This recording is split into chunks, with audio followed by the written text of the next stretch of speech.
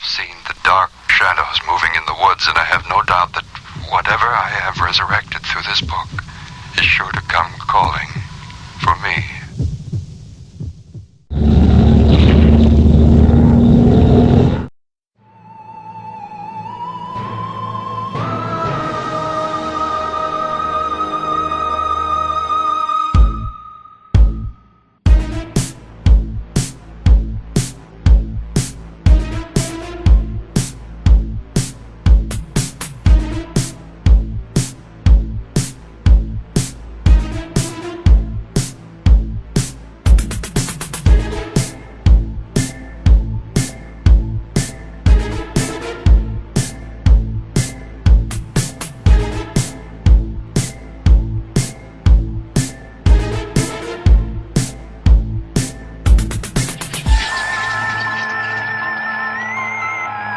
Gee, Mr. Mash, I heard from a friend of mine that there's this cabin out in the woods that's a great place to go if you want to relax and get to a quiet place. I think we should record this episode there. Okay, well, let's fire up the old 73 Oldsmobile Delta, and then we'll just ride right on up into the woods. I think it's a great idea to bring recording equipment into an old cabin like that, because that always works out great for everybody. Because there totally wouldn't already be that there. Yeah. Well, let's go.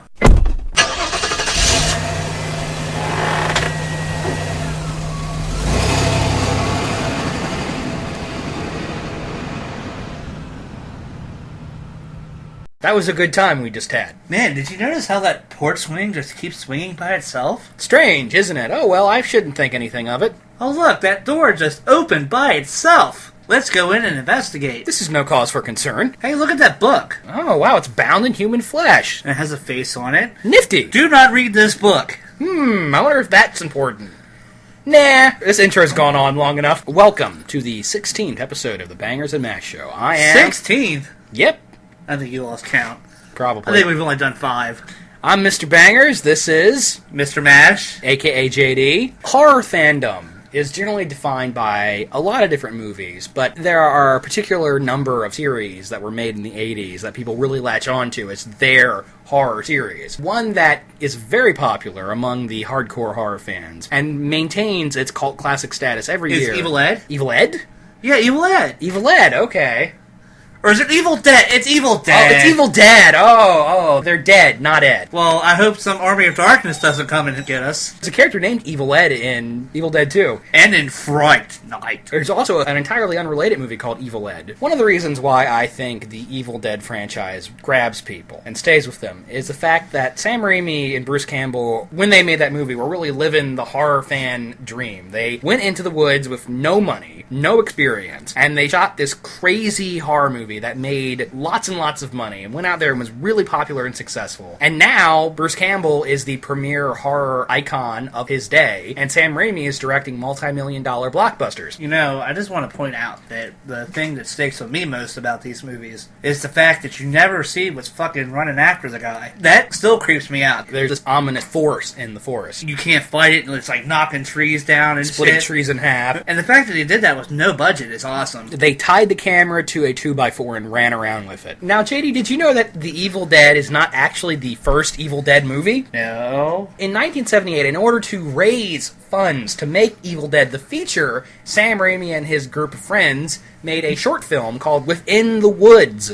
Really? It's basically the prototype for Evil Dead because it has a lot of similarities and follows almost the exact same plot outline. This film has never been officially released. In fact, I don't think it will ever be officially released, so you can only get it as these really, really crappy bootlegs. And now, those really, really crappy bootlegs are on the internet for everybody to steal. Oh, well then I'll just watch it for free. There are scanning lines, and the screen blips and bloops, and it's just a mess. Almost unwatchable. However, for an Evil Dead fan, it is historically important, because there are a lot of things in it that were used in those films. First off, the roaming POV shots are there immediately. There's an opening pan over a swamp, and a force running through the cabin. The swing banging into the cabin wall, that's there. Bruce Campbell is in the movie, and his character is named Bruce instead of Ash, but he has a very similar relationship with his love interest. However, the big difference is that he's not the hero. He actually is the first one to get possessed, and is the one that kills everybody else. Oh. We have a dad dagger, but not a book. The cause of the evil is not an ancient demons, it's actually an Indian burial ground, that old stalwart of the horror genre. Those damn Indians and cursing their burial grounds. They're always dying in the most inconvenient places. Like, how dare they be where we're going to shoot our movies? Yeah, there are long scenes of the final girl running through the woods being chased by this forest. There's even a scene where she runs into the cabin, shuts the door, and the forest pauses at the door and then backs off. The line, "Join us," is used. The girl opens the door and then stabs the person on the other end, not realizing she's stabbing an innocent, not the monster. And then she proceeds to close the door on that wounded person's... Somebody walks past a body they think is dead for it to reach out and grab them. Basically, this has a lot of stuff that is in the Evil Dead movies. Some differences, the biggest of which is Bruce is the demon, and also the fact that they try to play Ash off, or Bruce, I should say,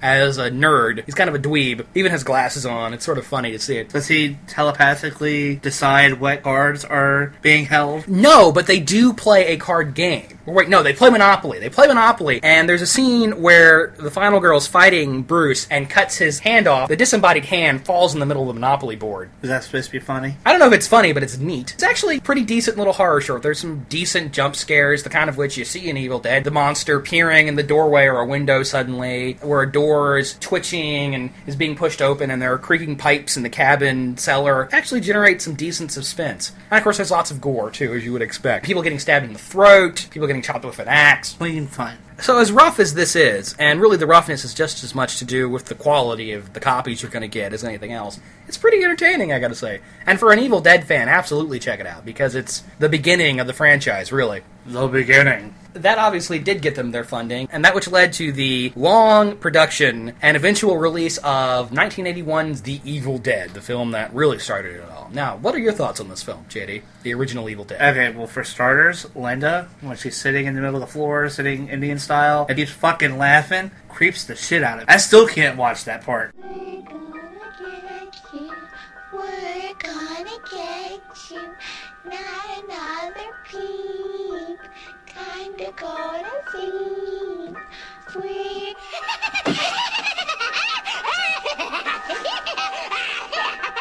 It creeps me out, man. What's this movie about, JD? What not to do in a cabin in the woods? Starters, if it's not your cabin, don't go to it. Furthermore, if you find an old tape recorder with tape in it, don't push play. If you find a book bound in human skin, don't read from it. These are all good hints, I think. The Cabin in the Woods story is almost archetypal. It doesn't really get much more complex beyond kids go into the cabin in the woods, get possessed by demons, and gore and shit starts flying everywhere. It doesn't really mess around very much. They're in the cabin immediately.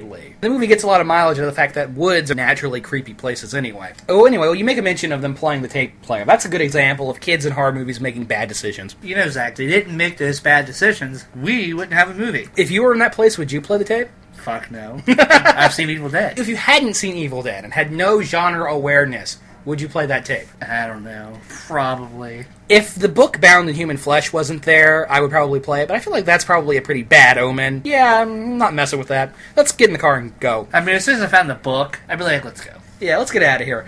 Or as soon as he said, I'm going to say this incantation, I'd push stop. Yeah. The Necronomicon and especially the dagger present an interesting mythology that really is better utilized in the sequels. And this first movie, they're just there to get the bad stuff in the movie. But however, they're great props. They look awesome. And it's really no surprise they're replicated so many times by prop companies and toy companies. Well, I have the Necronomicon. As do I. You have Evil Dead or Evil Dead 2? Because I thought you had Evil Dead 2 and I have Evil Dead. No, other way. You got it backwards. No, I have Evil Dead. Okay, well, I'll get Evil Dead too. Or Evil Dead as well. The first one. I'm on to you. What about the acting in this movie? The big three, I think, do a really good job. Okay, that being, what, Bruce, Cheryl, and Linda? Yeah, well, the first one to get possessed, which I think is Cheryl. Yeah. Linda, and then Bruce. The acting is rough, to say the least. Bruce Campbell wasn't really Bruce Campbell yet, and Ash really isn't Ash. I think he's supposed to be an everyman who, as his friends are cleaved through, slowly becomes the hero of the film, this action survivor. But mostly, especially in the second half of the movie, after everybody else is dead, he's just kind of the sinner in this crazy sea of madness. There really isn't much to the rest of the cast. cast. Wouldn't you agree? Right. I mean, it's basically Ash has got a sister, there's a friend, and then that friend has a girlfriend, and Ash has a girlfriend. Most of the girls are pretty indistinct, at least until they get possessed. It's not really until they're the evils inside of them that they actually develop a personality. Once you get to that point, their acting really blossoms as well. The girl who played Cheryl played that part really well, and I don't think that I could find anybody that could top that performance. Same with Linda. They're better as evil demons than they are as human beings. Depends on the woman, I mean. The cabin itself is a pretty interesting setting. It has these taxidermied animals on the wall, and when they first open it, there's the smoke and dust in the air, so it immediately has this feel to it. Scotty is an asshole. He's a total asshole, because when Linda gets possessed, Ash says, "You need to help me," and his response is, "She's your girlfriend, not mine." And he gets out of there. This, of course, backfires, and he ends up dying on the couch, and that is that actor's worst acting in the movie, when he's on the couch dying. Very unconvincing death scene. Yeah, he's a horrible actor. He's not very good, no. Was that the only thing he was in? I don't know, probably. There are some weird things in the cabin. You have animal bones hanging from the ceiling, and the gourds in the cellar. All of this is pretty blatantly inspired by Texas Chainsaw Massacre, I would say. Maybe. This movie has great sound design, though, because you hear every creak and crash while you're in that cabin. Most of them happening off-screen. That's one of the things that I think makes this such a mainstay in the horror community. With the little budget that you mentioned earlier, they managed to pull off a lot of great practical effects, and they managed to pull off great sound design. The filmography is awesome, too, so... The direction is especially creative. That comes out of the fact that they really didn't know what they were doing in the professional sense, so they just did whatever. So you have these incredibly creative camera movements, like the camera looking out from behind the pendulum and the clock, the pan around the cellar, which is a moody set piece, POVs from underneath the cellar door. Just another thing that would become a Sam Raimi trademark is the quick cut montage. And that's in all of these films. This film, it happens when Ash has Linda subdued and takes her out to the work shed. Of course, he doesn't kill her and instead just tries to bury her, which leads to a really cool shot of the dirt going onto the camera, which is actually on the DVD menu. When it comes to Sam Raimi's direction, the best part is in the latter half of the film when Ash freaks out, clock pendulum banging back and forth, the camera is flipping around and the doors are creaking and the shutters are banging, and you have extreme close-ups on his freaked out face. And extreme close-up!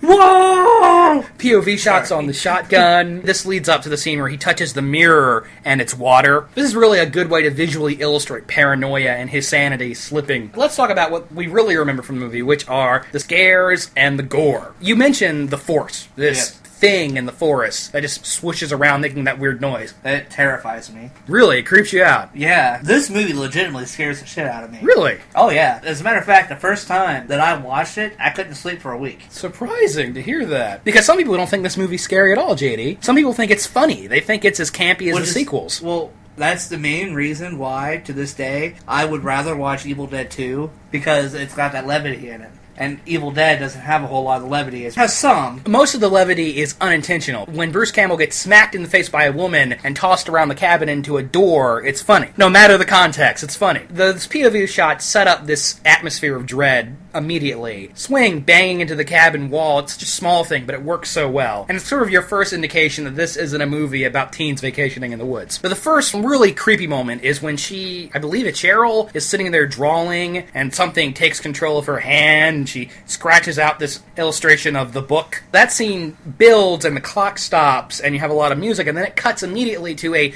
blender being used full of red something, which is a neat moment that catches you off guard. There's fog building, and then something is coming up from underneath of the ground. There's this red light pushing its way up from underneath of the ground. And it's never referenced or used again, but it's just there to creep you out. That's the demonic force that's in the woods that seeps out. What would you say is the most infamous sequence in this entire film? Well, I mean, that last shot's pretty infamous. Now, you know what I'm talking about. I know. The tree rape. The tree rape. Let's discuss the tree rape. Well, it's a staple in all Evil Dead movies, except for Army of Darkness. I don't think there's a tree rape there. Well, there's no tree rape in the second one. A tree just kills somebody. There's still a tree penetrating something. The scene builds up nicely because the vines creep over her, and I can imagine a first-time viewer finding this legitimately shocking, wondering how far they're going to take this. Branches are creeping up on her, and her clothes are tearing off, and oh no, there's a boob, and then, yeah. Rate it! I wonder how the actress felt about that. She had to be told about it up front. I would hope so. I just wonder if she was okay with that. Because, I mean, they usually hand them a copy of the script before they... Yeah, they usually just don't spring a tree rape on them like that. No, I don't think they would. I feel like that scene, it gives you a pretty good idea of what you're getting into. After she gets away from the angry, molesting trees, that's really the first time the Force is used malevolently. Before, it was just kind of floating around watching, but now it's coming for her. and you see the trees falling down in its path. Something angry is heading for her. Do you find that scene legitimately suspenseful? Yeah. Especially when she's at the door and she can't get the keys. And like, all she hears is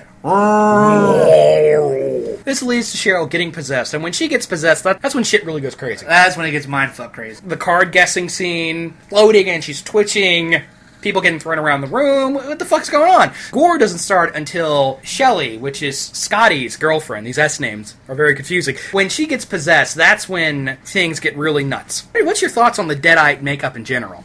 I'm not a big fan of the one I think it was Cheryl, the one that gets locked in the... Oh, I love that makeup. They just make her look like an old woman whose skin's decaying. One of the things I like about the makeup in this first movie is that it's very simple. It's basically just face paint, contacts, some bad teeth. For the most part, it does work well. There by the end, though, she goes from looking evil to just looking like an old woman with bad eyes and skin. That's how I feel about it. The rest of the makeups are usually pretty good. I generally like them all. The pencil in the ankle. That's gross. Seems like it would hurt.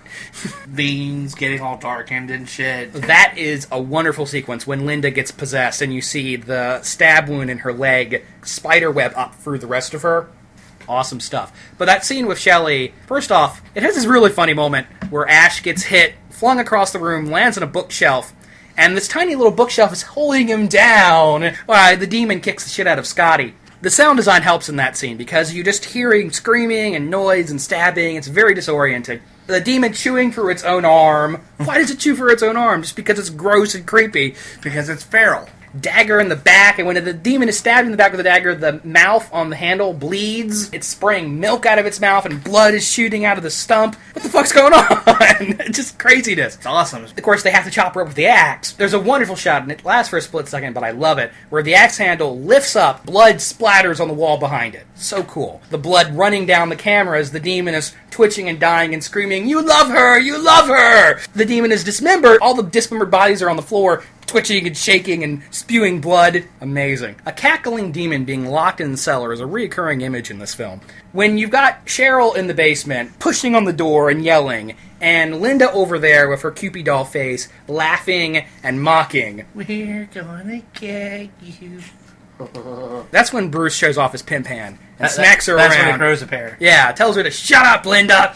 But it makes you wonder how that relationship was before she got possessed. Seriously, it does. It does make you wonder. They don't really go into their relationship very much. That short little scene where he gives her that hideous necklace, that absolutely horrendously ugly necklace with a little magnifying glass mirror in it. The movie's crazed attack scenes are its best. When Cheryl's attacking them, when Shelley's attacking Scotty, when Linda's attacking Ash, those scenes are just really frantic and frenzied. If you're not prepared for it, I could see it being legitimately disorienting in a good way. When Shelley gets stabbed and is dying, she bleeds, she spits up milk. When Bruce stabs Linda in the back, she spits up milk. And then again, when he's hitting her with the logs, when he's starting to bury her, she spits up milk into the camera that time. Why? Why can't we have projectile body fluids? After that, Linda makes the leap at Ash, which is a wonderfully shot scene. The shovel spins around, and the head comes off. Stump lands in his face and spurts blood in his face. And the head's on the ground laughing at him. My favorite sequence is the blood flood in the cellar. When the blood fills up the light bulb and blood is spurting out of the pipes, the little phonograph starts up and the projector starts up, and again you have blood running down the screen. That's just a wonderful sequence, and it doesn't really add to the story or anything. It's just in there because it's cool, and it gets Bruce soaked in as much blood as possible. I, for one, am a fan of the tree rape. Would you go down on paper as a tree rape aficionado? I don't know about aficionado, but I'd say enthusiast. Tree rape enthusiast. Ash is alone in the cabin. That's when it becomes really intense for me personally, because he's being sieged from the outside with the Deadites banging on the door and trying to get their hands in and him smashing it with the butt of the shotgun. That long-ass hallway, we forgot to mention that long-ass hallway that is in this little tiny cabin. The cabin exists in non-Euclidean space. It's bigger on the inside than it is on the outside. Yes, claustrophobic. It is. At the end, it's Ash versus the demon. Cheryl's hands exploding through the door. In a direct quote from Halloween, Scotty, who has been dead up to this point, sits up into frame. Maybe the goriest moment in the film when he gouging out the Deadite's eyes, and he pulls the tree limb out of his chest, and it's like a faucet of blood. It's very anime-esque, this blood and gore in this movie. The blood spray, yeah, there is a lot of exaggerated blood spray. How is there that much blood in the human body? There's not. When somebody becomes possessed by a Deadite, more blood is produced, JD. You know what I think? I think Ash controls the blood force. The blood force. If you've read Bruce Campbell's autobiography, If Chins Could Kill, and he spends a lot of time talking about this movie, mostly talking about how he got the shit kicked out of him on a daily basis in the shoot. Sam Raimi just likes to torture Bruce Campbell, and that is most evident at the end when he's making a desperate reach for the book. The demons are beating on him with fire pokers, and I don't think there was any padding. I think he was really getting smacked with a real fire poker. Yeah, but see, they should have done it to a dance number like in Shaun of the Dead. Well, there's an Evil Dead musical. Well, maybe that's in there. Ash eventually comes to the conclusion that he has to destroy the book. Finally, that ugly, hideous, awful necklace serves a purpose, as he uses it to grab a hold of the book and pull it into his hand so he can toss it into the fire. The Deadites' death scenes when the book is destroyed. You want to talk about that? I'll let you have it. You don't remember? It's been so long since I've seen that movie. Oh, it's spectacular. Stop motion insanity. Worms dig out of their faces and their skin crawls. Oh, yeah, I remember. They melt and explode. Applesauce is leaking. It looks like applesauce. I don't know. It's some sort of weird goop is leaking out of their sleeves. And you think they're dead. These giant demon claws tear out of their body, just splash more blood into Ash's face. The final shot of the film where he survived the night. He's the only one that survived. He steps out into the cabin. The sun is coming up. Oh, it's glorious. It's wonderful. Everything's going to be okay. And then the force rushes out of the woods. It gets on him.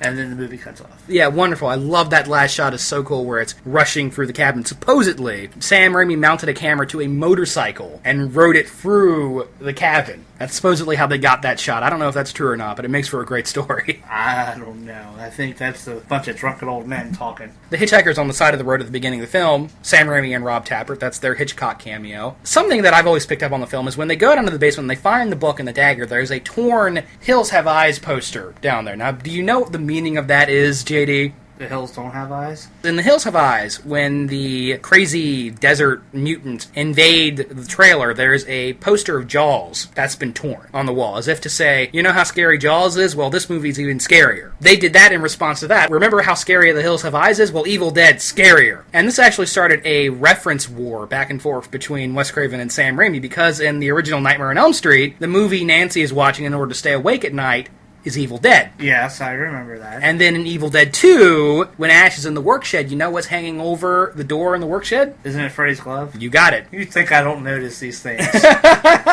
You personally think this movie's scary. I think this film is creepy and wildly entertaining. But yeah, some people think this movie's funny. They think it's as intentionally funny as the sequels are. How campy is this film? It has some camp to it. The moon. The moon is giant in the sky, as if it's going to crash into the earth any second. The acting in general is pretty stiff. The only dumb horror moment is when Cheryl hears a weird noise and goes out into the woods instead of staying inside of the cabin. And of course, we all know what happens to her next. And the stock music is pretty overbearing. The musical score is not really much to write home about in that regard. A lot of people consider this a zombie movie. Do you consider Evil Dead a zombie movie? No, it's a demon movie. Okay. The movie wasn't going to be called The Evil Dead. What was it going to be called? Sam Raimi's first choice for the title was The Book of the Dead, which makes sense. Yeah. But the producer of the film said, no, nobody's going to go see a movie with the word book in the title. Which may have been true. They came up with a bunch of different titles, and they picked out Evil Dead as the best. And it's a catchy title, but it really doesn't have a lot to do with the film, because only one of the possessed people in the film is dead. Do you think that maybe he was possessed right before he died, and then the demonic forces reanimated the body? It's hard to say. The film doesn't really go into a lot of detail in that regard. I don't consider it a zombie movie at all. I think it's odd that it gets classified as one. Let's talk a little bit about the myriad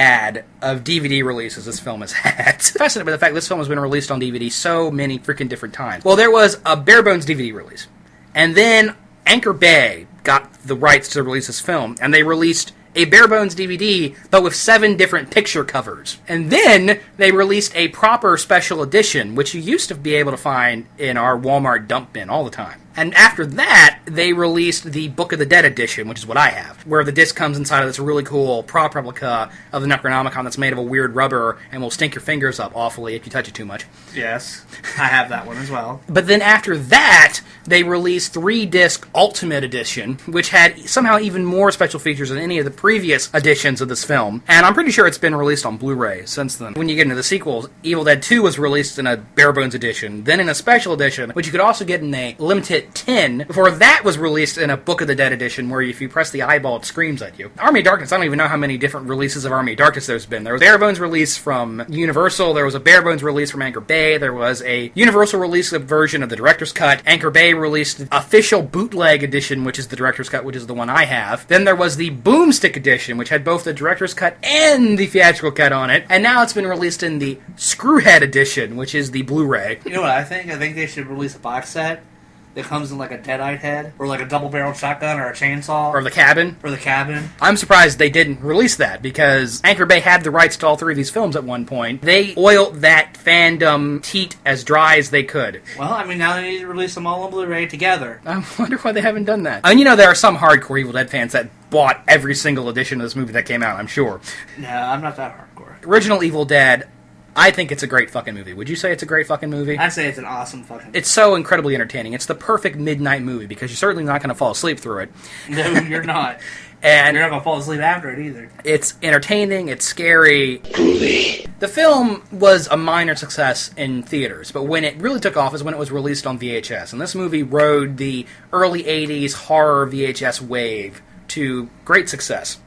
Really? Really. Enough that in 1987, Sam Raimi and Bruce Campbell made another movie called Crime Wave, which is terrible. After that, I think they decided that they needed to go back to what they knew best and make a sequel to Evil Dead. Which isn't really a sequel, it's more of a remake. Is it a remake or is it a sequel? Evil Dead 2, Dead by Dawn from 1987. Let's put it this way, if you survived the shit that Ash survived, would you go back to that fucking cabin? No, it's a sequel. He does not go back to the cabin. The real reason you have that new opening, just him and Linda in the cabin, is Sam Raimi couldn't get the rights to reuse the footage from the first movie for whatever reason. Instead of reusing the footage from the first film, they would just make a little digest capsule version of that first film in the first 5 minutes. I do not believe that it's meant to be a remake. It's not a sequel in the traditional sense. Ash does not go back to the cabin. It picks up right where the first movie ends with the Force grabbing him and then flinging him across the woods. That's what I believe. I don't know. It's a good movie. That's all I know. Well, it's a lot more polished than the first one, wouldn't you say? Yes. Immediately evidence from the flashy exposition-filled pre-credits opening when you have the stop-motion book flying at the screen and Professor Nobi delivering a monologue about the history of the Necronomicon as it's now known. It was called something else in the first movie. The first indication that this film is going to have a very different tone is when he is flying across the woods, and it's getting beat with sticks, spinning around like a cartoon character, getting whacked with switches, lands hard into the tree, lands headfirst into a puddle, and the bubbles come up one by one slowly. And he gets up and his face is all... Yeah, he's possessed now, but then he passes back out,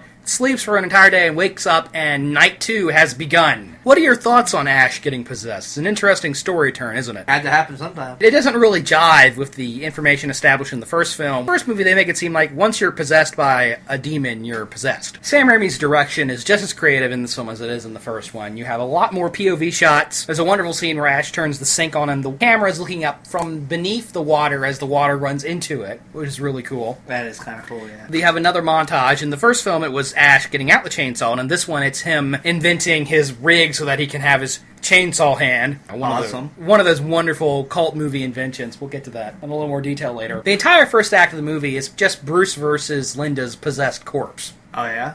I would say so, because there's about a half an hour where it's just him fighting the head. Bruce is Brucier in this movie. In the 6 years between the first one and the second one, he's really mastered the art of ham. Oh, yeah? Especially when he screams towards the heaven, "Oh, God, no!" He really establishes that cocky ego in this film. His character evolves considerably in this movie. Because apparently, when you're being attacked by the Evil Dead, one night can take 6 years. Bruce looks visibly different. He's aged a lot in those 6 years, and would age a lot in the gap between this one and the next ones. I love the sequence where he drives up to the bridge, and the bridge has been taken out, and it's bent upwards like a claw. And he jumps in the classic, and the Force is chasing him. To the point where he hits a tree and is thrown from the vehicle. The evil Force and doesn't give a shit. It just smashes through the back window and keeps going after him. It even chases him into the cabin. Funny production error. When he's being chased around the cabin, you can actually see the top of the set, the light rigging and everything. Maybe they meant for that to happen. I don't think they meant. Maybe it was meant to give an atmosphere. Perhaps. Ash is at this point still kind of, I don't want to say he's a weakling, but he's still more scared than anything else. He ends up hiding in the cellar away from the energy. And that's when we get to Linda coming back. And it's almost as if the writers said, okay, what can we do? Nobody else out there in the woods in the moment, so what can we do to occupy Ash until we get this new batch of characters out there. Oh, bring his girlfriend back. Her corpse crawls out of her grave, and it's decomposed a lot in the course of 24 hours. It's the evil. She does that little dance, spinning around and juggling her head. He awakes and is it a dream, and he's in the rocking chair, but he's so scared he can't scream. The head lands in his lap, and then the movie becomes Ash versus the head. The head! It bites into his fingers, and the first moment of true hilarity in this film is when Ash is running around the cabin, smashing the head into the walls. Very Evil Dead. And it's even funnier when he tumbles to the ground and says work shed, but his lips haven't moved. They dubbed that in later for some reason. Work shed. He removes the head. He gets it in a vice. That's when he realizes the chainsaw isn't there. Oh no! So what happens? The corpse has the chainsaw? The corpse comes tumbling through the door. I believe it's on one of the special features on the disc, where somebody's talking about reading the screenplay for this movie, not realizing the tone the movie will be shot with. Reading the sequence going, oh man, this is really scary. This is going to be really creepy on screen when this happens. And then you see the movie, and it's like Kermit the Frog is attacking Bruce Campbell. This flimsy little body that's slamming into him. The mirror scenes in this franchise escalate. In the first movie, he touches the mirror and it's water.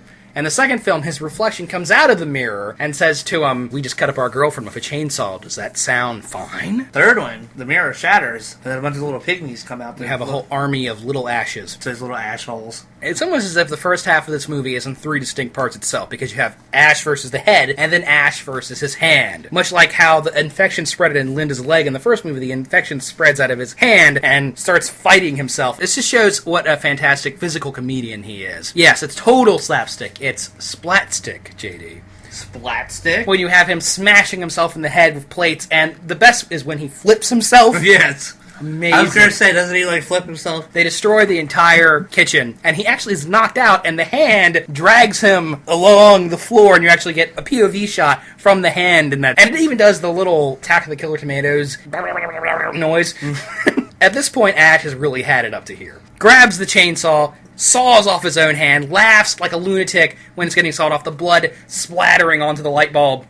And now this delivers Ash as we know him. He's no longer the nebbish anti-hero from the first movie. He's the badass Ash. He's Ash, the action hero. Would you say he's the last Ashton hero? No, I would not say that. And that leads us into the third part of the first act, which is Ash versus the Hand Part 2, because now it's crawling around like Thing from the Addams Family. The hand is in the wall, and he's trying to shoot it with the shotgun. And when he fires that shotgun, it's like an atomic explosion coming out of those barrels. When he finally does shoot the hand, what happens then? A literal geyser of blood fountains out of the hole in the wall. This is a wonderful sequence where Bruce Campbell is just flailing his arms around, screaming as blood is pouring onto him, and it even changes color. I love a good blood geyser. How many movies can you say have a blood geyser? All of the Evil Dead movies. The second Ash freak out, when the room starts mocking him. The mounted deer head, the lamp starts laughing, and the books are laughing. And the shutters laugh. The shutters laugh, but he's going with it. He starts laughing with them. In fact, he encourages the lamp, but his laughter turns into screams. You're watching this and you'd think, man, that sounds like a pretty good movie. But that's only the beginning, because then you have this entirely new batch of characters coming into the film. And this is when Evil Dead 2 becomes different story-wise from the first movie. The new guys. They're composed of Professor Noby's daughter. I don't know if it's her boyfriend or her brother or whoever Ed is, but I don't remember. This guy that's accompanying Annie. The redneck jerk-ass that is their guide. Jake, I believe is his name. And he has a girlfriend named Bobby Joe. This guy is the most exaggerated, over-the-top redneck. He's got overalls and he spits and he's missing teeth. He's really grotesque and funny. What's funny about that? Talk about half my family here, you asshole. What do you think about those people? Could the whole movie have just been Ash alone in the cabin dealing with the Force and the evil out there? Yes. Got to get some new people in there that he can chop up with an axe, though. Why not? Why couldn't it just be him facing off against an invisible force that he can't see? It would have been an interesting movie. It would have been a one-man show for Bruce Campbell. I feel like they had to bring some new people in just to move the story along a little bit. The Necronomicon was destroyed in the first film. Luckily, there are some new pages that survived. That's a convenient plot device. Oh, yes. Which is why the evil force is still around, right? I guess so, yeah, because the Necronomicon is not totally destroyed. There's still fragments of it out there. Maybe once you unleash it, you can't put it back in its box. I know you probably couldn't do it without the Necronomicon, and, well, what did he do with that? He burned that bridge. When the new guys show up, first thing they do is toss Ash down the stairs because they think he murdered their family, went crazy and murdered everybody else in the cabin. But very quickly they realize that is not the case. When the movie introduces its main villain, which is Henrietta, who is this very sort of zombie witch old woman, very gross and grotesque. I love that makeup, though. Really is cool looking. You have a toy of her, too. I do have a action figure. She says that line, "There's someone in my fruit cellar." Bruce screams, "Someone with a fresh soul!" What do you think of Henrietta as the villain of the film? She's an effective villain. I think it was a really cool idea to have Ash fighting this Wicked Witch type character. It works. The movie just kind of pulls this character wholesale out of nowhere, but it works. It's a sequel to a low-budget film. Ed, Annie's guy, her friend, he gets possessed. That wonderful sequence where Henrietta's in the cellar, like Cheryl in the first movie. Ed has been possessed, and he's floating around in that jerky fashion. And that sequence where Ed attacks them is really cool. Grabs the girl, bites her hair off, and sucks it up like a Flowbee. Ash gets the axe out, and this is what proves to the other guys that he's the good guy here, because he splits Ed's head open with the axe, causing green slime to spray on the wall. That's great. The four of them alone. Then the cabin just freaks out. You have this really weird sequence where the camera is jerking around and it's doing a lot of weird motion and there are these strange sound effects. At one point there's an Indian war march playing, and that's when we get this concept of possessed Ash, because it's almost as if Sam Raimi, when writing the script, said, okay, here's the bag of tricks we have. What can we do with these pre-existing things? And then threw out all these wacky ideas and somehow wove it into a coherent whole. So now the thing at the beginning of Ash getting possessed pays off. You have this long sequence of him as a demon menacing the people in the cabin. There's not a tree rape in this movie, there's just a tree attack. What's your thoughts on the tree attack in Evil Dead 2? Is this the thing that, like, burst open the door? It's like, rrr. No. This is earlier where the girlfriends can...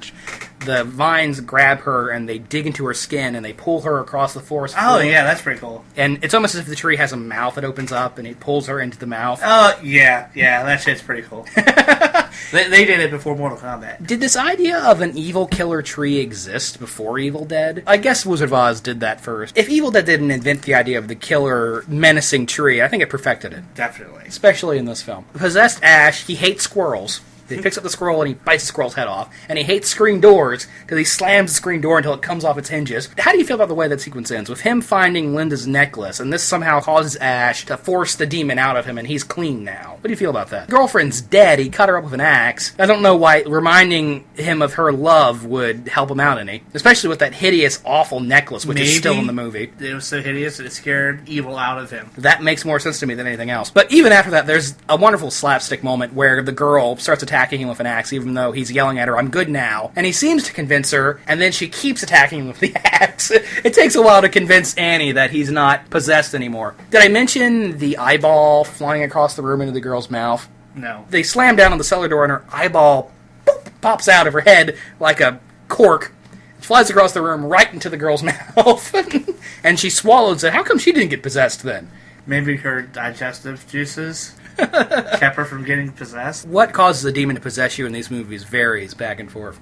I think you have to be physically harmed. Okay, maybe so. Maybe you're right. Because all of them that get possessed are physically harmed in some way. Alright. The scene in Within the Woods is recycled here, where somebody's at the door, and the door opens, and the girl stabs the person on the side of the door, not realizing it's not a demon. And in this case, it's the redneck. After that, he gets sucked down into the cellar, which causes a tidal wave of blood to wash up. Of course, because it would be an Evil Dead movie without it. Of course. How did Henrietta do that to him? Whatever. It's not important. Or maybe your mouth opens up like a vulture.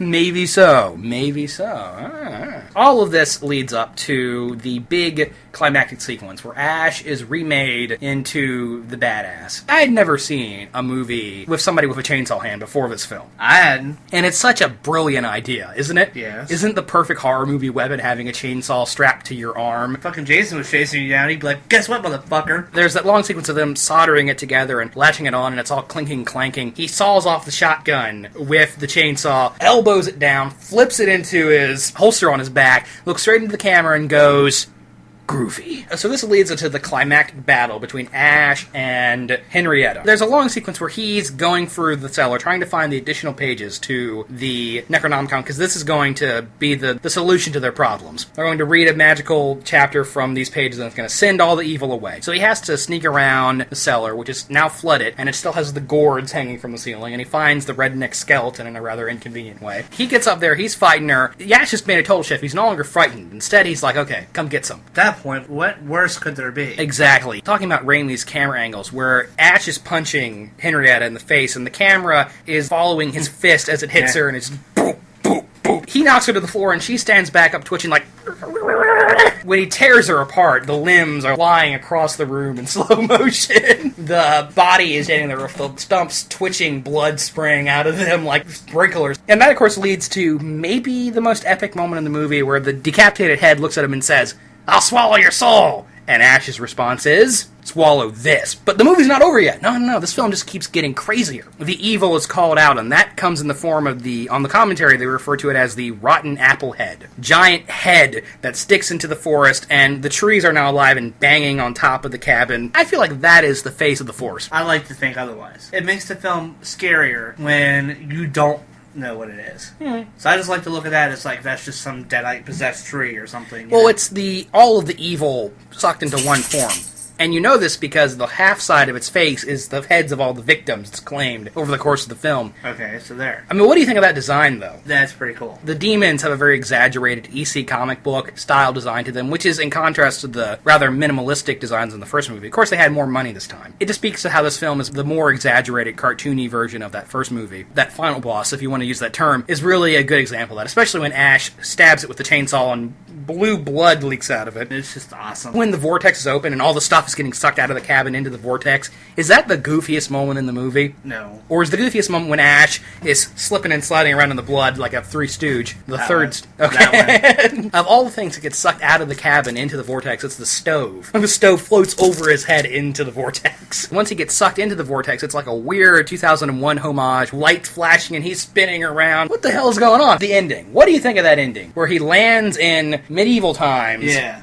Shoots off a flying demon's head, and then realizes what's happening. Everybody is cheering excitedly, and he's going, "No, no!" How do you think audiences in 1987 thought about that open-ended cliffhanger ending? Probably pissed them off a little bit. It's kind of the same deal with the first one. I guess after you saw the first movie, you'd assume that Ash died after whatever it was got him. That's Evil Dead 2. What are your overall opinions on Evil Dead 2 Dead by Dawn, JD? I like it. Good movie. Is it better than the first one? I want to say overall, yeah, but I think the first one I like a little bit more because of what they accomplished on such little budget. The fact that it's a straightforward horror movie. I mean, yeah, it does have some camp to it, but it's not like this one. It's not aggressively campy like Evil Dead 2. They're so different, though. It's almost unfair to compare the two films. Yeah. The tones are totally different. Tech-wise, Evil Dead 2 is the superior film. Well, obviously. That doesn't make it better. No. Functionality-wise and things like that, I think overall, the polishing and all that, Evil Dead 2 is a better movie. It's interesting because this film used to be my favorite in the series, but rewatching all three of them last night, it's actually now my least favorite. Now, I still like it. It's still a great movie.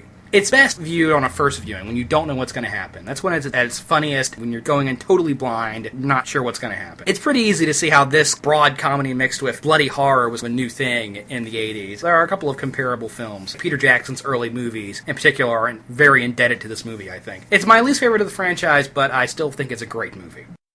My name is Ash, and I am a slave. Close as I can figure it, the year is 1300 AD, and I'm being dragged to my death. It wasn't always like this. 1992. There's a significant gap between each one of these movies. In 1992, after Sam Raimi had made his transition into a big studio filmmaker to a degree, he went back to his roots with 1992's Army of Darkness. Now, what are your overall thoughts on this film, JD? Actually, this is probably my favorite. Really? Your all-time favorite? Out of the Evil Dead series, this is probably my favorite. I don't like it more than the original. The reason I like it is because that's where you get the Bruceisms. The Bruceisms? Yes, there are a lot of Bruceisms in this movie. What defined Bruce Campbell as an actor, I feel, was this movie. Yeah, Bruce is fully formed now. He transitioned from Ash to just Bruce. What does he say when he comes up out of the pit? Like, listen here, you egg-sucking meatheads, or something like that? I believe it's you primitive screwheads. Yeah, that's what it is. He has evolved from a total nebbish in the first movie to a crazed action survivor in the second film to a one-liner slinging, ruggedly handsome action hero. He's a total cartoon character in this film. I really like this one. Well, the tone is totally transferred. It is transferred from hard horror to splat-stick horror comedy to the bastard child of over-the-top slapstick comedy and epic fantasy action. I don't know what else I could say about it. I love it. Is this a horror movie at all? Nah, I think it's closer to dark comedy. Aesthetically, it has horror elements. You have skeletons and graveyards, but tonally, it is in no way a horror film. It's a total action comedy. More comedy than action, even. Yeah. This film has the widest scope of the three films. The first two were trapped in the cabin, and now we have all of medieval Europe to explore. And beyond that, we just see Ash in his job for the first time, like his life outside of the cabin. We get the third rendition of the events from the first movie, this time with Bridget Fonda subbing in as Linda. Yes, which is awesome. Yeah, she looks good. How do you feel about the total transfer of tone, genre, and setting? How different this movie is from the other two? I think that's what I like most about it, is the fact that it's so different from the other two that you could almost argue that this is a movie on its own and not actually a sequel. This is probably the most widely seen of the series. Can't really show the first two on TV. There's a little too much to edit around. It gets shown on cable TV incessantly. Yes. Do you have any investment in the medieval war story? That's the only thing, is that the opening of this movie drags on. And it totally changes the ending of the first film, where Ash is hailed as a hero, and in this one, he's immediately captured and enslaved. The first proper Bruceism we get in this movie, the first proper one-liner, is when he's talking to King Henry the Red, I think is the character's name, and says something along the lines of, "You got two things going for you, Jack and shit," and Jack just left town. And that leads into the biggest blood geyser in the franchise. We've gone from large spurts to a geyser in the second movie to now a volcanic eruption of blood out of the pit. What are your thoughts on the pit bitch battle? That's one of my favorite moments in horror history, honestly. I love the pit set, and then you have the advancing wall of... The set was very well designed. At this point, it becomes obvious how different this movie is from the others. When you have the Deadeye doing wind-up punches and kung fu somersaults through the water, you're completely in crazy, wacky cartoon land. And then, yeah, the wise man throws Ash as his chainsaw, and it goes into, like, slow motion. And he jumps up. Yeah. The spinning chainsaw vision as he lobs the one in half, and then I love the makeup on the pit bitch. Like a giant toady thing, it's really cool looking. The second Ashism in the movie is when he comes back up, looks at the king, and says, "You know your shoelace is untied." The guy looks at him skeptically and then slowly looks down before Ash bops him. He shoots a sword in half, the very Raimi-esque arrow of vision, which was ripped off wholesale in Robin Hood, King of Thieves. That whole sequence builds up to the boomstick monologue, which most fans of this movie can repeat verbatim. I can't. Listen here, you primitive Listen up, you screwheads. primitive screwheads. This is my boomstick. Walnut stock is going to run you about $185. Sold in the sporting goods department of S-Mart. Shop smart. Shop S-Smart. Okay, maybe we could do it. And after that, it's like, okay, Ash is the king. He's the conquering hero. There's a sequence where he's lounging about and they're feeding him grape. For the first time, we get a love interest besides Linda. What are your thoughts on Sheila, the love interest? I like her better than Linda. It's sort of interesting that she starts out hating Ash. She spits on him, she kicks him. Yeah, but he has Bruce force. He basically mouth rapes her into loving him. Give me some sugar, baby. Hey, it's good to see that Ash gets laid for the first time in the series. The actress does a fine job, but she's really not a lot more than a damsel in distress, at least until she gets possessed at the very end. Ash versus the witch. Sam Raimi has a thing about witches. Weird, isn't it? They crop Yeah, up but a he's lot. never done an actual witch movie. I mean, I haven't seen Oz yet, but there are witches in that. It's not Raimi-esque. I don't know how to explain it, but I feel like if he was going to do a witch horror movie... What was Dragging You to Hell, dude? It wasn't a witch horror movie. Yeah, but it was awfully close. No, it wasn't. It was still demons. It was practically Evil Dead 4. It practically is, yeah. Another great line. He knocks the witch down, and everybody's like, okay, it's over. But Ash's response is, It's a trick. Get an axe. he knows. The first time you knock a Deadeye over, it's not staying down. Ash is so cool, he doesn't even need to look at what he's shooting. There's a weird little moment after he shoots the witch, he like grabs the gun and does this, ooh, this shiver. The Necronomicon is the cause of and solution to all of this series' problems. In the first movie, it unleashes the demons, and in this movie, it can send the demons away. Well, yeah, but you need a super powerful badass like Merlin to be able to... The wise man is just the dispenser of knowledge. He's basically just an exposition machine. He doesn't really have a lot of personality or anything. He's Merlin. Okay, alright, whoa. Get defensive. Klaatu Verada Nektu. What are your thoughts on them using that phrase? I think it's great. It's a little horror reference there that, unless you're a horror nerd, you're not going to really know. But Yeah, it's a little in-joke. A question I found myself asking while watching this movie is, when did Ash learn to ride a horse? maybe he took horse riding classes in high school. I guess there's no way to know. Maybe he's an equestrian. We never see him before he goes to the cabin, so maybe Just saying, maybe he's an equestrian. Maybe he is. Maybe he's part of a rich family of equestrians. You know, we never really delve into Ash's background? My Ash is part of a rich family of equestrians. Okay, alright. Sure, go with it. Almost as if for old time's sake, we get one last chase with the Force. The Force. Where Ash is... Use the Force, Luke. I knew you were going to do that. And it had to be done. Where Ash is on horseback, and eventually he gets knocked off of the horse. He loses his chainsaw. And this is the point of the chainsaw plays such a small role in this movie. Now, that leads into the little Ash sequence. The mirror gags have built up into this movie. At this point, we're just in total goofsville. There's no looking back. This movie has become total cartoon now when you have the little Ashes poking Ash in the ass with a fork. He bumps his head on the pipe 3 different times. They drop a bucket of animal fat or something onto his head. He does a cartoon Three Stooges flip. They stick his face on the stove, he just take the spatula and pry it off. Yes, he does. When the little Ash is hiding behind the log and he nudges him into the fire and goes, oops. The Gulliver's Travel moment, he's tied down and they do dives into his mouth. This leads into the emergence of our film's main villain. What is he called? I've always called him Evil Ash. Some people say he's called Bad Ash. What is the name of the evil Deadite version of Ash? What do you call it? Well, I've always called him Evil Ash. I'm sticking with Evil Ash. The sequence where he is created, actually creepy, where the eyeball is on the shoulder. If it wasn't so ridiculous and over the top, it probably would have been creepy, because it is this body horror moment. I just love the scene where they're connected at the waist and they're running. The one Ash punches the other one in the face and it's stop motion. In the theatrical version, his reaction to this is to shoot him across the forest and say, good, bad, I'm the guy with the gun.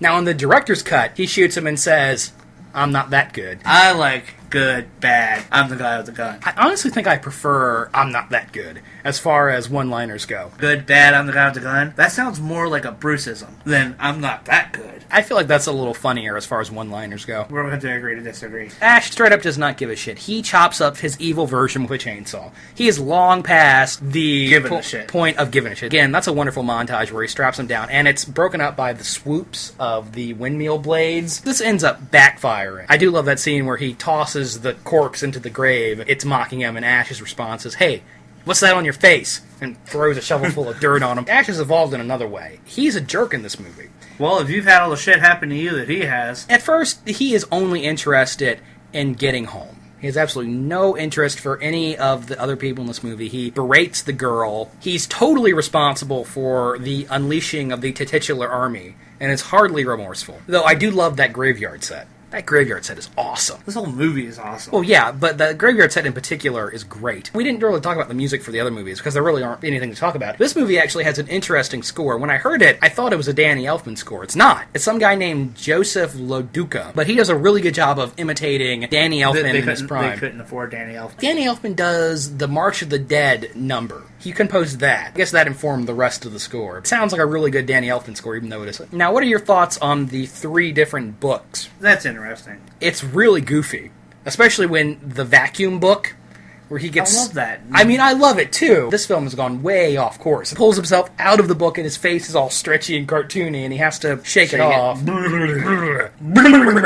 We have crossed fully over into cartoon country. Now, I like that sequence, but I actually think the second book is funnier. He bites his hand? Bites his hand, and it's flapping at him. It's like the birds. Good stuff. Now, this does kind of raise the question is, why does he have to say a special passage before picking up the other book? To keep the skeletons from attacking him? Because he doesn't say it, the skeletons attack him. If he was to say it and pick up the book, he could just walk out of the graveyard. The movie would have been a lot shorter. Hold on. You're missing one of the greatest points in the movie. What's that? When the skeletons do attack, they have that Three Stooges moment. That's wonderful. You know, where they punch him, he's like, ah. He's punching, and then he holds up his hand. And he goes like that, and he goes, ha. And then, but they two return ends with a skeleton putting its hand to his mouth. Ash's response to this is a great Bruceism. Keep your damn filthy bones out of my mouth. Sorry, I just wanted to make sure that was mentioned. When he gets back to the castle, and he basically tells everybody, yeah, I screwed up. I don't give a shit. Get me back home. His love interest runs over to him and says, but Ash, you're not going to leave me. What about those wonderful things you said to me? And his reaction is, oh, that was just pillow talk, baby.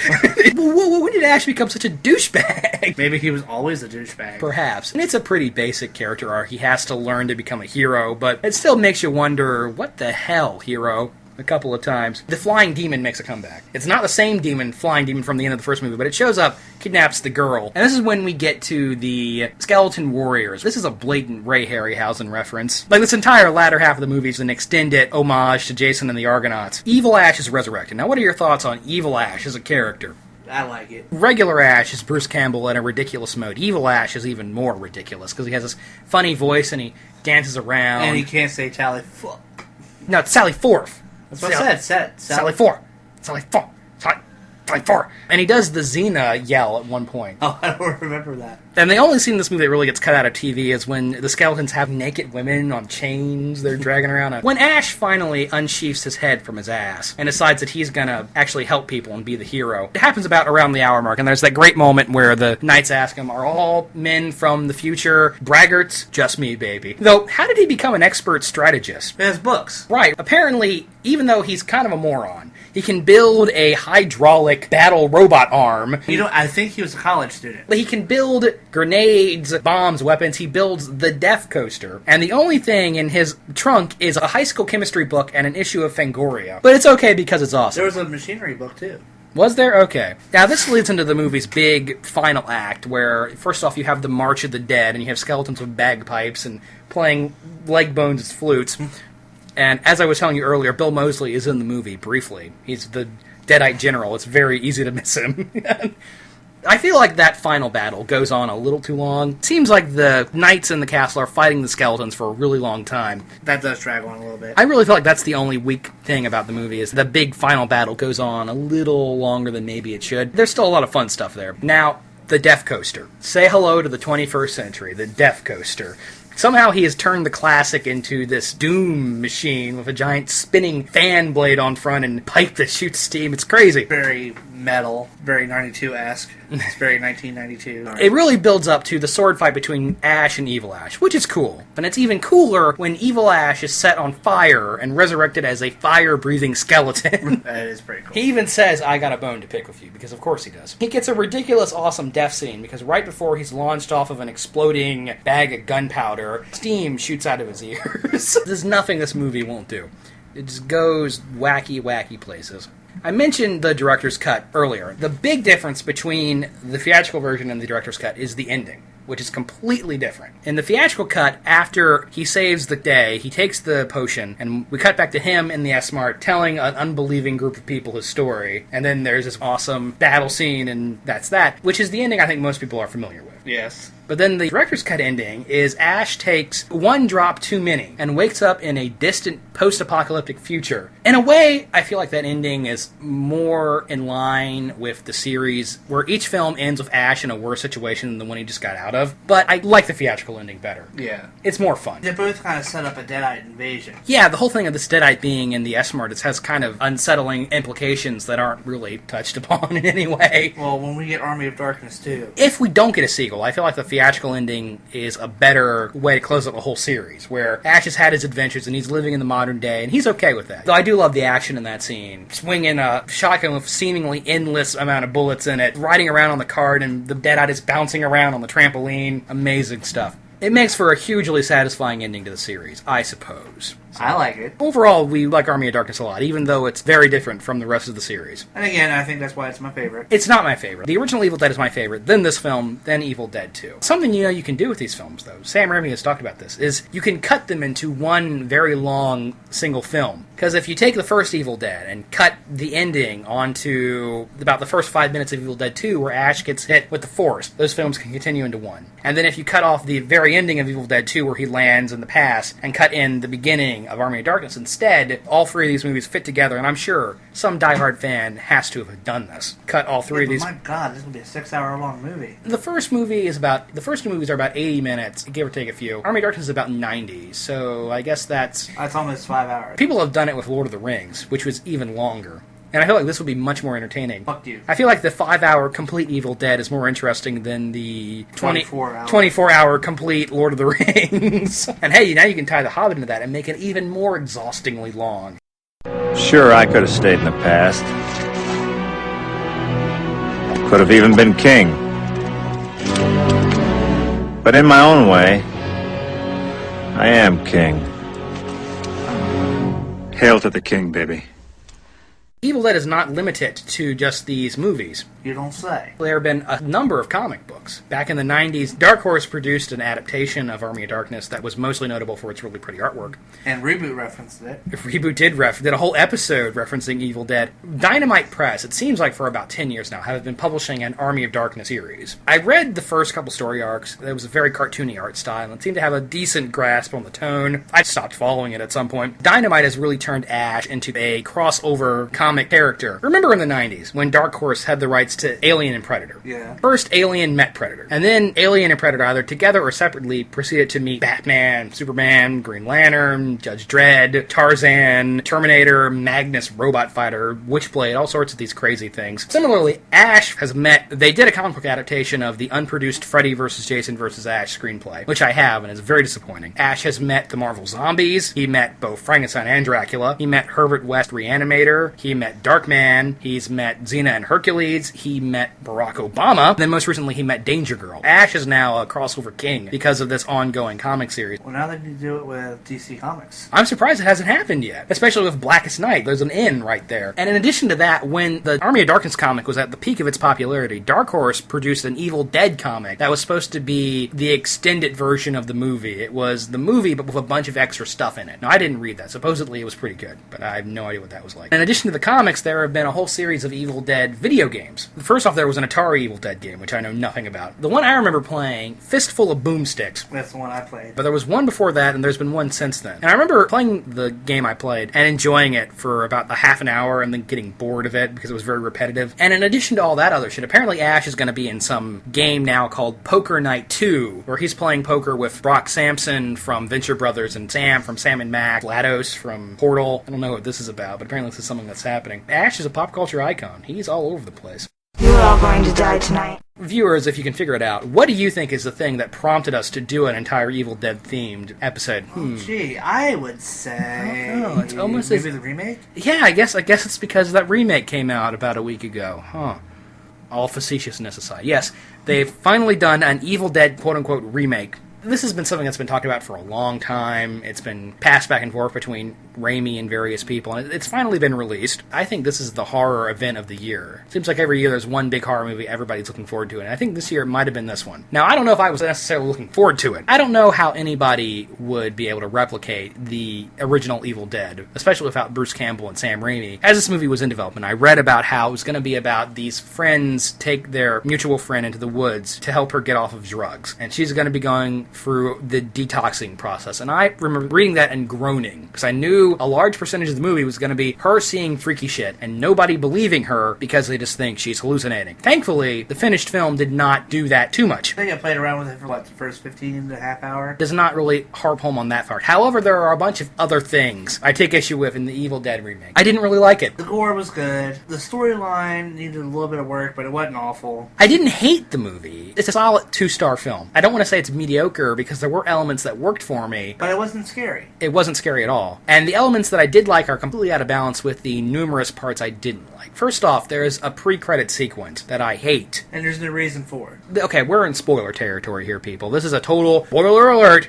If you don't want to have the new Evil Dead movie totally ruined for you, turn off the YouTube player now.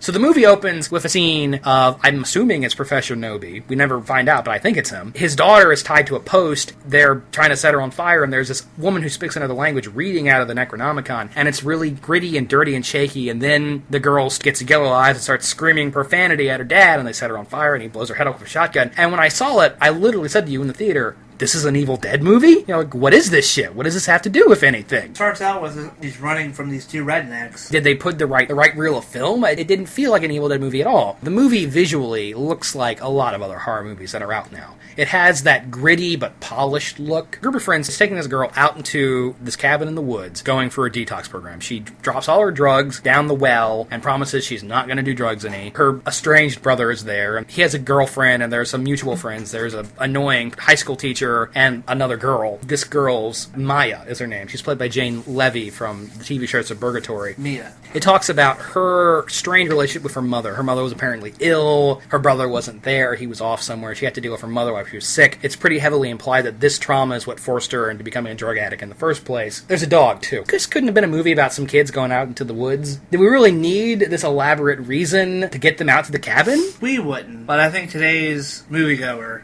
Yeah. needs a little bit more of a complex plot, although it's really not that complex. When freaky shit starts happening, and it happens soon, this is an excuse for them not to leave the cabin. They can't leave the cabin because they don't want to take the girl out of this environment. The film has some odd story moves. In this early act, when the movie is trying to scare you, is really when it doesn't work. A lot of modern horror movies have no concept of pacing. We got to scare the audience every 5 minutes. There's these obnoxious fake scares every 5 minutes, and this movie doesn't do that. It has a slow first act, but then you see a stringy-haired ghost girl, and I said to JD, can we please retire the ghost girl with black stringy hair obscuring her face?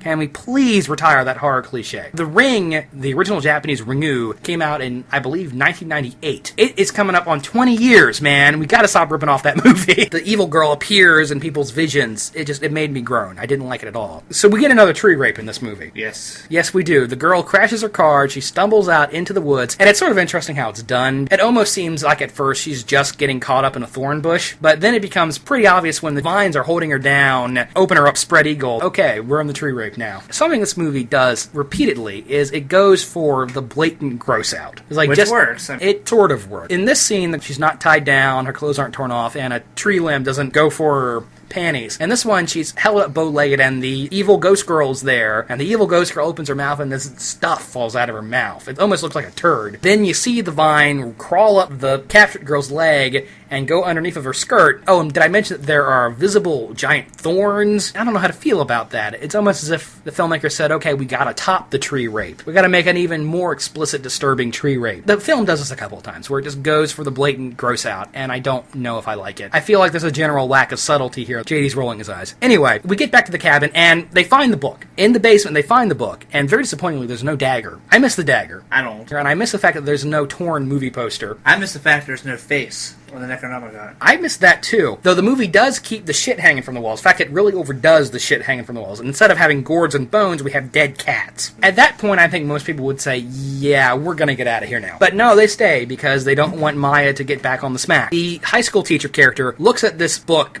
wrapped in barbed wire and says, it's a good idea to open this. Then he opens it and it says, do not read. Do not read from this book. Don't write it. Don't speak it. Then what does he do? He reads it, writes it, and speaks it. He does all three of those things. Evil Dead diehards will be happy to know that the force is back. The ominous force in the woods is there, and it even runs up on people a couple of times. The one point it annoys me because the force barrels down on Maya. I think this was before she was assaulted. And when it barrels down on her, we get a quick flash of the demon girl's face, and I don't know why that was necessary. They didn't see the force. Because every time they did force thing, it showed you the ghost girl. And I hated that. It took away. I feel like if they would have taken out that aspect, this would have been a much better movie. I don't know how much it would improve the film, but I think it would have improved it a lot more than what you think it would. I dislike that. Mia is possessed. She kills the dog. I know it's a standard. Well, we don't know that she killed the dog. Oh, she either beat the dog to death with a hammer or the dog beat itself to death with a hammer. He finds the bloody hammer and automatically says, well, Mia did this because she's going through withdrawals. At this point, nobody knows anything weird's going on, even though the one guy read from the book and there are dead cats hanging from the ceiling in the cellar. We don't really know if she did. He just assumed that she did. She killed the dog. And I mean, it could have been the ghost girl. I know it's a typical horror trope to kill the animal, but at the same time, it kind of made me roll my eyes. Why does the dog have to die every single time? Why introduce the dog just to kill it?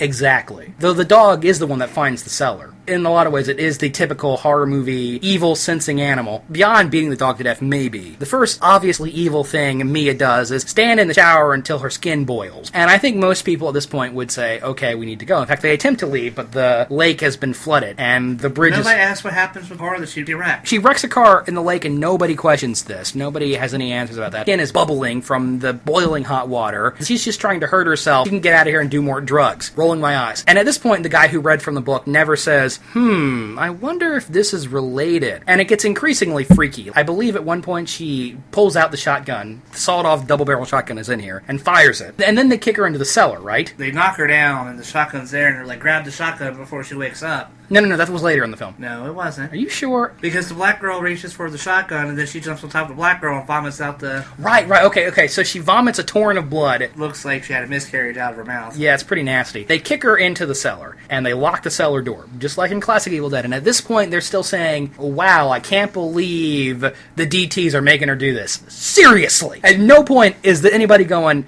This is weird and creepy and legitimately evil, and maybe something fantastic is going on here. This isn't just in the grips of drug addiction, especially expect a guy who read from the goddamn book to say this. Hey, you guys. Hey, guys, I might have read from the demon book. Might be related.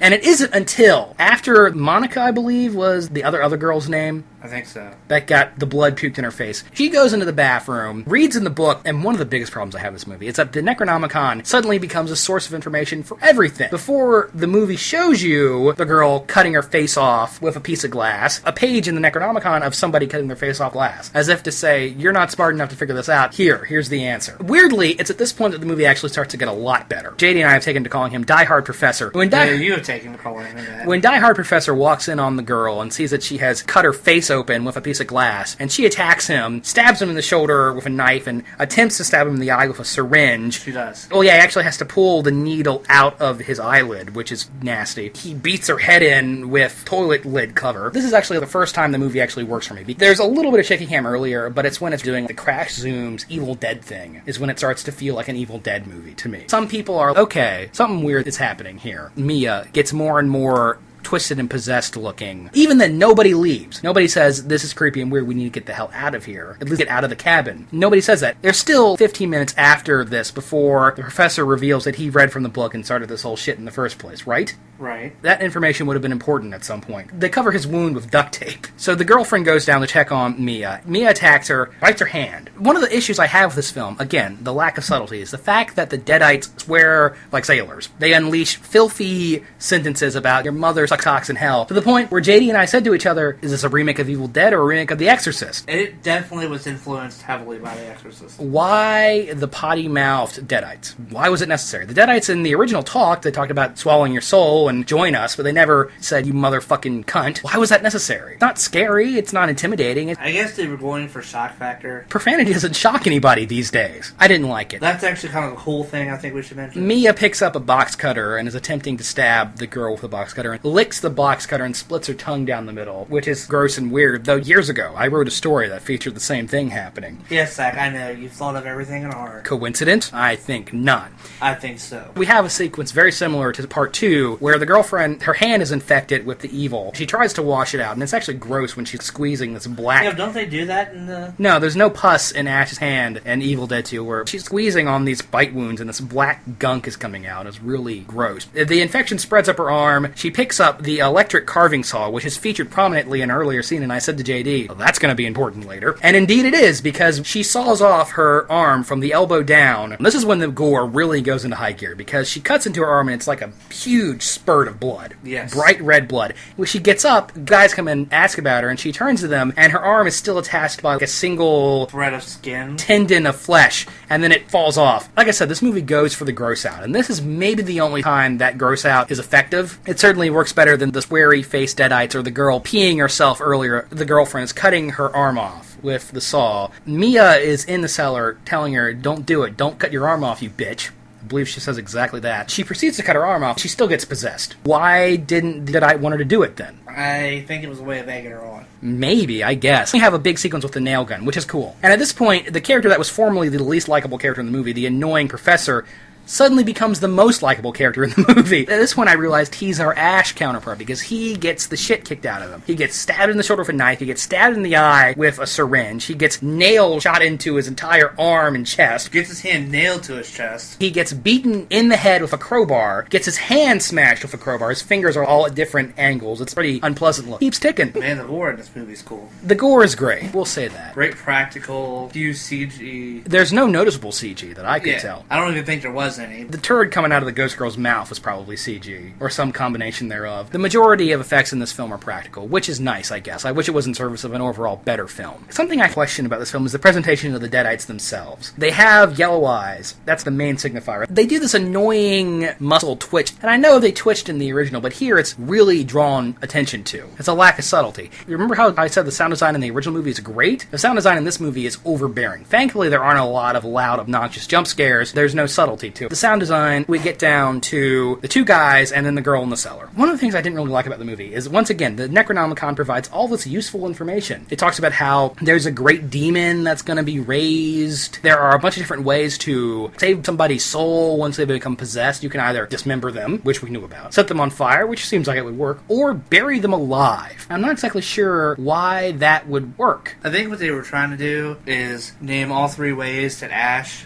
I don't know if he actually burnt anybody in the original Didn't movies. he throw somebody in, like, the fire? No, he burns the book in the first movie, but they throw that out of here because the professor tries to burn the book and it won't burn. Maybe there's some kind of coalition there with... Maybe. They decide they're going to go down in the basement, deal with the sister somehow. Even though the brother cannot bring himself to burn her. I really started to hate the brother as a character because he's just so ineffectual. He's really not very helpful at all. Maybe the second really good sequence in the movie is when they go down into the cellar and they try to get the girl out, and she has the box cutter. I don't know if it's suspenseful, but it's the closest the movie comes to being suspenseful. Feels like Evil Dead. And this is where Die Hard Professor finally dies, which is disappointing. After all the abuse he took, you're telling me a little poke in the ribs is what kills him for good? It made me wish that the brother had died and he had become the quote-unquote hero, because there's another plot twist coming. The brother can't bring himself to burn his little sister, but he buries her. It worked. She's totally healed. We have to bring her back. The movie does pay homage to the Sam Raimi montage, where he goes into the work shed and whips up a ghetto defibrillator with a pair of syringes and a car battery. I have a feeling that wouldn't work, but it works somehow. Not only does he save his little sister's soul, she's brought back to life. Totally not possessed. And now suddenly, Maya is our Ash. What are your thoughts on that, JD? It was cheesy. The burying alive, making her totally normal again. I did not like that.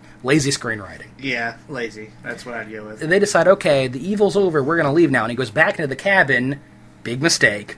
Because, of course, there's one dead body unaccounted for. He stabs him in the neck. Basically, the long and short of it is the whole cabin ends up blowing up. Cabin goes up in flames. But miraculously, she's standing right at the door. Yeah, she's doesn't not get blown to bits. She's not tossed. In the last act of the movie, it's one person alone with the evil. Earlier in the movie, there's this mention of this prophecy, and I didn't really feel like that was addressed, but apparently it's meant to be addressed when blood starts raining from the heavens. Basically, a deadite pulls itself out of the ground. I was under the impression this is the reanimated corpse of the girl from the pre-credit sequence, but apparently this is meant to be the evil demon version of Maya. This leads into the big climactic battle, and there's actually some neat scenes. Apparently, burying her alive cured Jane Levy's drug addiction as well, because that doesn't come up again. She's crawling through a tunnel that leads into the work shed. She gets the chainsaw. In the original movies, the chainsaws news never ran out of gas, but in this one, she actually does have to pour gas in with her magic elbow. She's the Fonz. She is the Fonz. Crawls into the work shed. She can't reach the thing of chainsaw fuel, so she elbows the shelf and it falls into her arm. Later on, the demon girl gets into the cabin with her. She's hiding behind the wall. The demon girl is shoving the machete through the wall, and there's actually a cringe-inducing sequence where the machete cuts her just across the top of the knee. Now, I'm pretty sure this is taken almost beat for beat from a sequence in a movie called Raid the Redemption, but that's not really important. She's trapped behind the wall with this knife-wielding demon on the other side, and she proceeds to elbow her way through the wall out of the work shed. She's armed with the chainsaw. The demon girl's coming for her. The cheesiest moment in the whole movie, the moment that just took me totally out of the film and made me go, come the fuck on, is when the demon girl grabs the Jeep and lifts it up. Now, I know... With one hand. With one hand. I know in the original Evil Dead movies, the Deadites had super strength. Handled poorly here. Point of this is that it crushes Maya's arm, and she has to pull her arm apart from underneath the Jeep so that she's handless. Now, she doesn't stick the chainsaw on her stump, but she does nudge her stump into the chainsaw handle and proceeds to kill the shit out of the evil demon girl with the chainsaw. And that's the end of your movie, basically. Blood stops raining from the heavens. She gets out of the cabin, the sun comes up, and she's getting ready to leave. I was really expecting them to do the same shot from the end of the first movie. When the camera looks down at the book and cuts to credits, my reaction to JD was, it's over? It makes for kind of a weak ending. The movie just stops. Overall, I have a lot of problems with it. There are some very effective horror sequences, some very effective gore sequences, but overall the movie feels kind of soulless. Ironically, it's an okay effort. It has some neat references to the original Evil Dead movies. There are rotten stairs in the cellar. There's a cellar door. All of these things are in the movie. It only feels like an Evil Dead movie a couple of times, and I feel like it kind of misses the point of what made that original movie so interesting. Amen, brother. And I object to the fact that it goes so blatantly for the gross out. It's never scary. It doesn't even try to be scary. It's just a gore movie. Never scared me. Do we want to talk about the post-credit scene? No.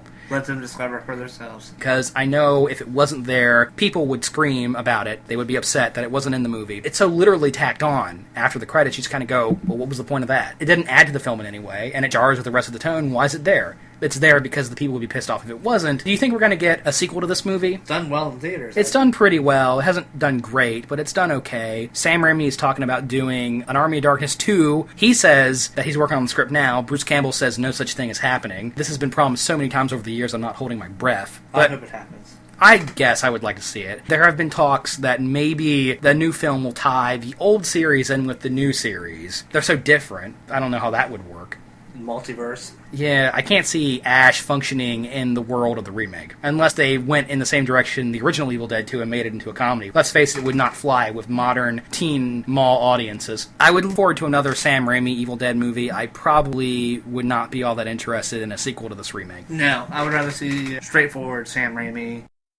I fear that the only way to stop those possessed by the spirits of the book is through the act of bodily dismemberment.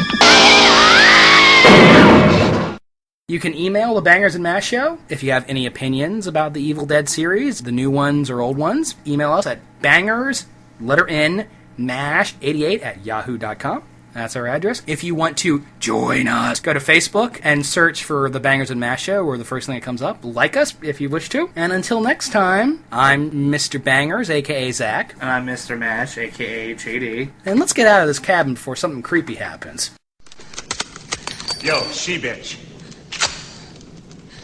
Let's go. Well, hello, Mr. Fancy Pants.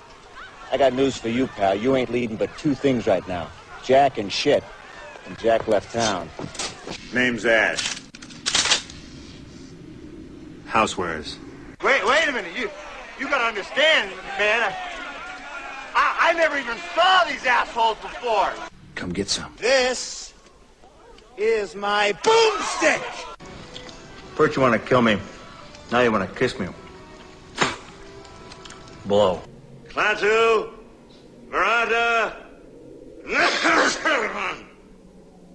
Honey, you got real ugly. Swallowed the juice, said the words, and here I am.